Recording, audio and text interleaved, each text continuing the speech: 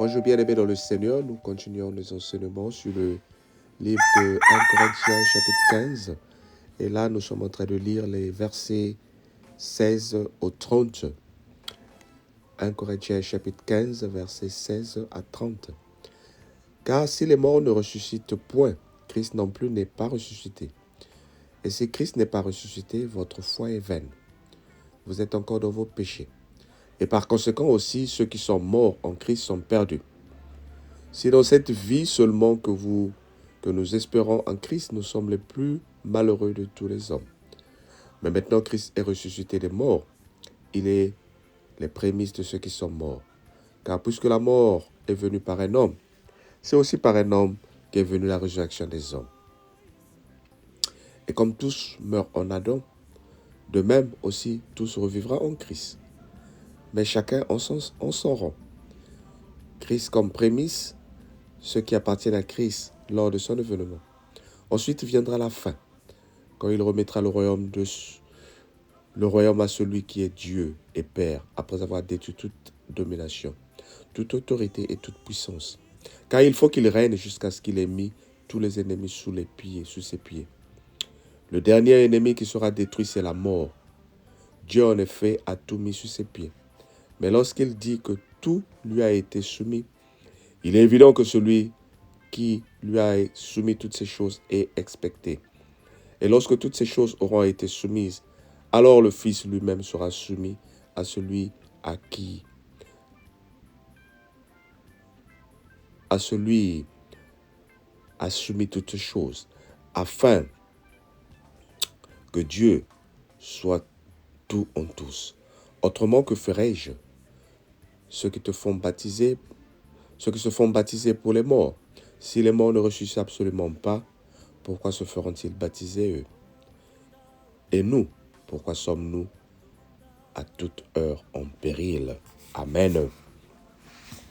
L'apôtre Paul ici est en train de confirmer la résurrection de Christ. Il dit, Christ a été ressuscité. Christ a vécu sur la terre et il a été ressuscité. Et il dit, si nous ne croyons pas que Christ est ressuscité, ça ne sert pas de continuer à espérer à la vie éternelle. Mais nous, en tant que chrétiens, nous avons la joie et nous avons l'assurance et nous avons la foi que notre Seigneur, Jésus-Christ, est ressuscité et qu'il vit. Il dit, il est ressuscité. Et il régnera sur toutes choses à la fin de chaque chose, afin qu'il remette le royaume, afin qu'il remette la gloire entre les mains du Père. Et la dernière chose qui sera vaincue, c'est la mort. Dieu va vaincre, et il a déjà vaincu la mort. Mais la mort s'arrêtera parce que toi et moi, nous aurons la vie éternelle. Oh bien-aimé, ce message spirituel t'enseigne des choses à venir. Mais je viens t'annoncer quelque chose de très important. Je viens te parler de la mort spirituelle. 2021 est en train de finir. Je viens te parler que Christ est ressuscité dans ta vie et qu'il est en train de te faire entrer dans une nouvelle vie où toi tu vas ressusciter. Depuis que cette maladie a commencé, depuis que les problèmes ont commencé dans ta vie, il s'avère que nous vivons la mort, nous vivons la désolation et nous avons comme l'impression que Dieu nous a abandonnés. Oh, je viens te raconter que le Seigneur ne t'a pas abandonné. Je viens te raconter que le Seigneur est en train de ressusciter quelque chose qui est endormi en toi. Parce que Dieu veut montrer sa gloire. Oui, dans les cieux, nous aurons la vie éternelle. Mais Dieu a dit, les projets que j'ai pour vous sont des projets de bonheur. Alors il faut, avant que toi tu vives la gloire éternelle, que tu commences à vivre la gloire sur terre. Dieu m'envoie te dire, Dieu m'envoie nous parler, Dieu m'inspire ce matin pour te dire, ce qui était mort en toi en 2021 est en train d'être ressuscité. Il y a une personne qui a été malade toute cette année, 2021. Commence à croire que le Seigneur va te ressusciter. Ce n'est pas un miracle que tu dois vivre, mais c'est la foi et la parole positive que tu vas commencer à déclarer. Commence à croire que ce qui dort, que ce qui est mort dans ma vie, que ce qui est mort dans ma famille est en train d'être ressuscité par le Christ. Parce que Christ a vaincu la mort. Toi, tu ne peux pas être fille ou fils de Dieu et continuer à vivre la désolation jour et nuit. Je viens t'annoncer, bien-aimé, je viens t'annoncer que le Seigneur est en train de tracer un bon plan.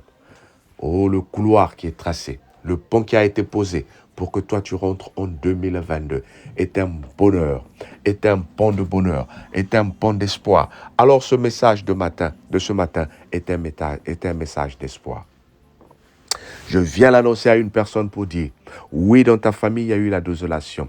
Oui, cette année, tu as connu le divorce. Oui, cette année, tu as connu le rejet. On t'a rejeté plusieurs fois. Mais je viens avec un espoir. Je viens avec un message d'espoir. C'est de toi qu'il s'agit. Oh, dis, c'est de moi qu'il s'agit. Dis que je récupère et je suis en train de ressusciter avec Christ, notre Seigneur. Moi, j'ai la foi que le Seigneur est en train de nous élever. Alors, ce n'est pas automatique. Ce n'est pas automatique. Parce que il faut que toi, tu sois à côté du Seigneur, sincèrement à côté du Seigneur, pour commencer à être élevé, pour commencer à être ressuscité. On ne parle pas des gens qui viennent écouter les messages, qui prient un jour et qui disparaissent pour penser voir la gloire de l'Éternel. Nous pensons des gens qui ont soif de la parole. Des gens qui écoutent la parole tous les jours. Des gens qui prient, qui cherchent la face de l'Éternel tous les jours.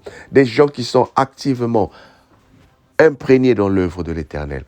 C'est de ça que je parle. Le Seigneur a besoin de toi pour que toi, tu commences à avoir cette résolution-là. Dis-lui, Seigneur, ta parole sera une lampe à mes pieds pour qu'elle éclaire mon chantier, pour qu'elle éclaire mon chemin, afin que je voie où je dois partir.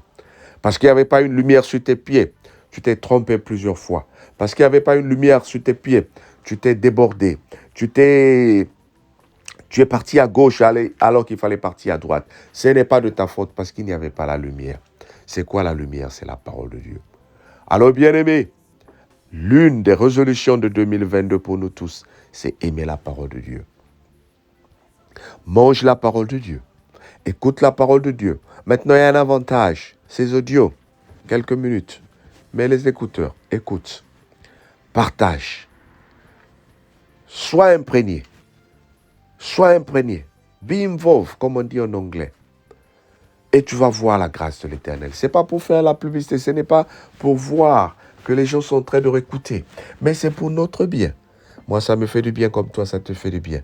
Je veux voir clair. Dis avec moi, je veux voir clair. Dans l'obscurité, tu ne peux pas voir. Dans l'obscurité, tu ne vas que trébucher, tu vas tâtonner. Mais le Seigneur me dit de te dire, lève-toi, reçois cette lumière-là qui va te faire voir la bonne direction à tenir. Je parle à une personne qui avait des choix ou qui a des choix à faire.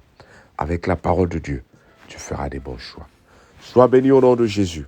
Amen. Alors, tu sais ce qu'il faut faire. Partage, encourage les gens de s'abonner. Que le Seigneur te bénisse. On se dit à demain.